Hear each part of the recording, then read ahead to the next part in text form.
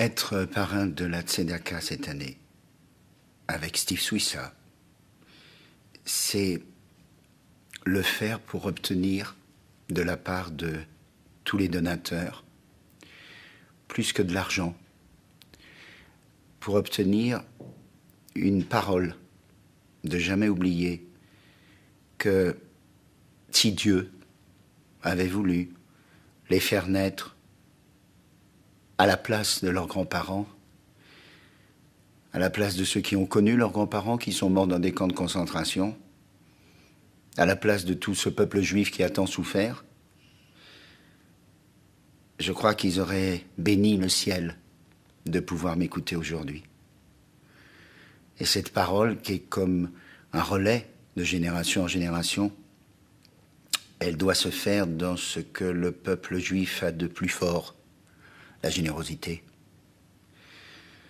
Ce peuple, depuis 58 siècles, n'a pas de leçon à recevoir. Surtout par ceux qui l'ont suivi. Si depuis 58 siècles, ce peuple est toujours là, c'est qu'il y a une chose plus forte chez lui que chez les autres. La générosité. Pardonner. Oui, c'est une morale de pardonner à tous ceux qui ont tout fait pour massacrer les Juifs depuis 58 siècles, pour les humilier, pour les détourner de leur vrai chemin, qui est celui de la lumière, de l'intelligence, de la culture, du partage, de la science. Ils n'ont pas réussi. Et ils n'ont pas réussi uniquement parce que la qualité principale du peuple juif, c'est la générosité. Quand on n'est pas généreux, c'est qu'on n'est pas juif.